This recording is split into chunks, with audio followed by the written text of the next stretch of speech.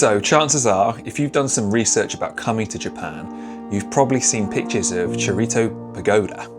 Not sure if I'm saying that right, but it's that iconic view of Mount Fuji in the background, that beautiful red pagoda, and quite often cherry blossoms as well.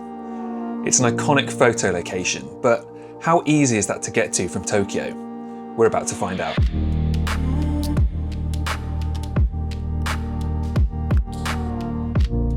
So we're staying in the Shinjuku area of Tokyo, and I think the easiest way for us to get there is actually going to be by bus. So first thing we need to do is get ourselves to the Shinjuku Express bus terminal, which is a bit of a short walk away. Idea is we're going to jump on a bus there and head on through to Kawaguchiko, which I believe is the town with the lake that kind of has views of Mount Fuji, and then we can get to the pagoda from there.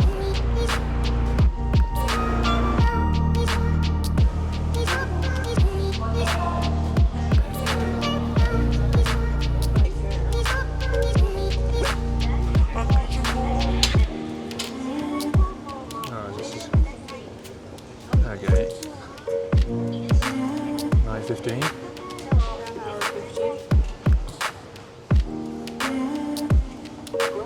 Let's do that. So we managed to secure a one-way ticket at 9 o'clock. We got to the station at 8 o'clock this morning, but we couldn't get a ticket for another hour. So it shows if you're coming here, probably best to get here super early if you can, and hope you can jump on one of those early buses. Frustratingly, it's always pretty difficult to book buses and trains in advance without physically being at the stations.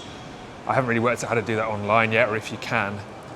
And we don't want to spend time coming back and forth to stations on our, on days where we want to spend sightseeing. So we've got about an hour to kill. We'll grab some breakfast, and hopefully when we're there, we'll be able to get a train or something back to Tokyo later on. So in Japan, they've just got loads of bakeries all over the place, and they're all just really reasonably priced. You walk on in and there's just hundreds of different pastries, savoury and sweets, really beautifully made. And the one in here, each thing's about $3 or $4, and that's an expensive bakery because it's so close to the train station. But you can get lovely things like this for breakfast, like a curry bun. This is actually a butter chicken curry bun that I've not had before. But yeah, sometimes these things are about $2 a piece. The bakeries in Japan are incredible, and I'm so annoyed we don't have anything like that in Canada.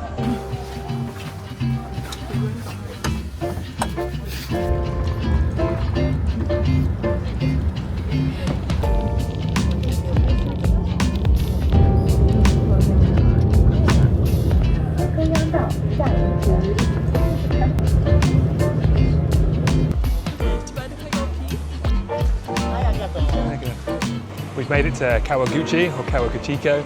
I'm not entirely sure what the name of this place is. But we were pretty lucky to get the last couple of seats on that 9:15 bus this morning. After that, it was going to be a wait until about 1 p.m.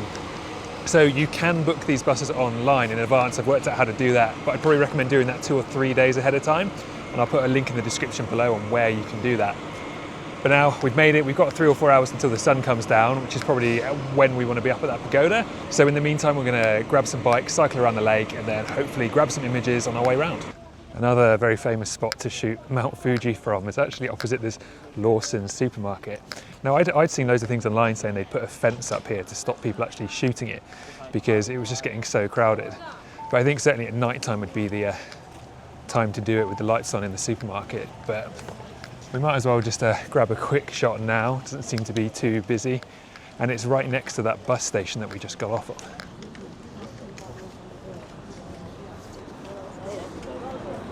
Gave up on that pretty quickly. It's probably a pretty cool shot when the lights are on, but right now it's not really doing it for me. Pretty busy. Lots of people stood right in front of it and cars parked in front of it. But I think I got a better shot just from the bus station car park actually as we got off.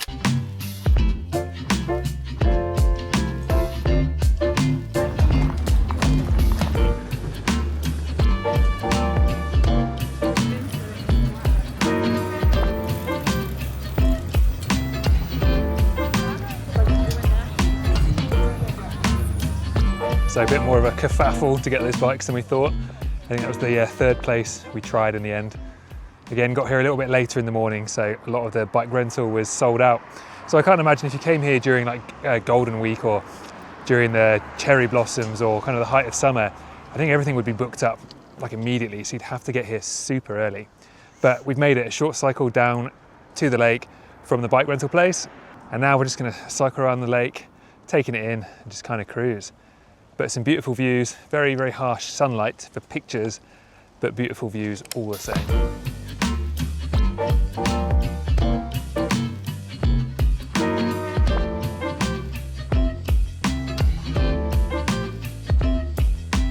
It can definitely be pretty tricky photographing these kind of scenes in really harsh kind of midday sun.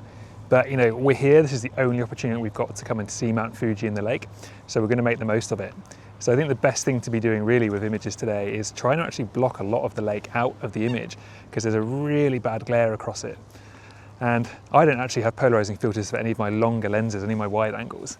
So trying to use things like this lovely maple tree up here just to block a lot of the glare and even block a lot of the sky, because there isn't really any clouds in it. And using that as kind of a foreground framing with Mount Fuji in the background. I think it's working okay.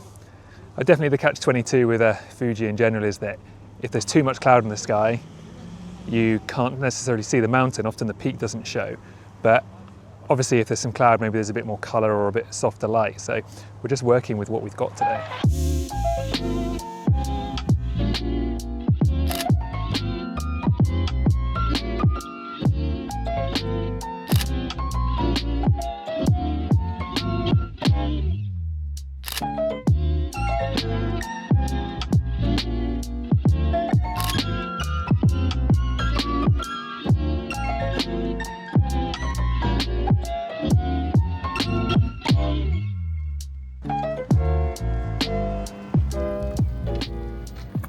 The cycling here is a little bit strange. There's quite a few like no bike signs on the path that goes really close to the lake. So there are sections where you can't actually ride across it at all, which just seems really odd when everywhere rents bikes. But luckily there are still some really nice sections you can ride down. So bikes returned. It was a lovely little cycle around the lake there. Lots of views of Mount Fuji. I think I could spend a fair few mornings here just shooting around that lake, to be honest. But plan is now to go up to the pagoda, and from the main station at Lake Kawaguchiko here, we're actually going to get the train. Because there's no buses to get back anyway, we're going to have to get the train back to Tokyo. And I think what we can do is get the train from here to closer to the pagoda, because it's about 4 or 5 kilometers away, so we didn't really think we'd have enough time to cycle there and back this evening. So get the train to a stop nearest there and then walk up, and then we can just jump back on the train from that station on the way home this evening. The short train ride from Kawaguchiko station to Shimoyoshida station only takes around 15 minutes and costs just over 300 yen. As soon as you step off the train, you'll be guided to the gondola via images printed on the sidewalk. A quick 500-meter walk takes you to the shrine entrance. As you climb the stairs, don't forget to look back, as you're rewarded with ever-improving views of Mount Fuji. So it's very well signposted from the train station, the park where the pagoda is, and that famous viewpoint. There are a fair amount of steps, or this big windy path to navigate up. So yeah, definitely a little bit of a tough and definitely takes your breath away a bit, but I'm sure it's going to be worth it.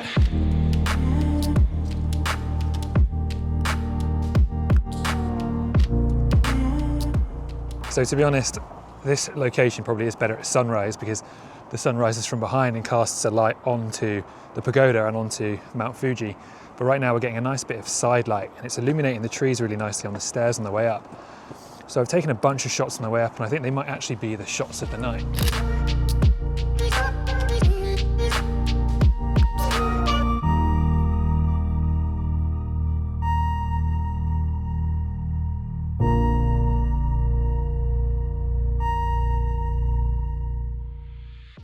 Obviously, as every photo spot in Japan at sunset, it's pretty much chaos.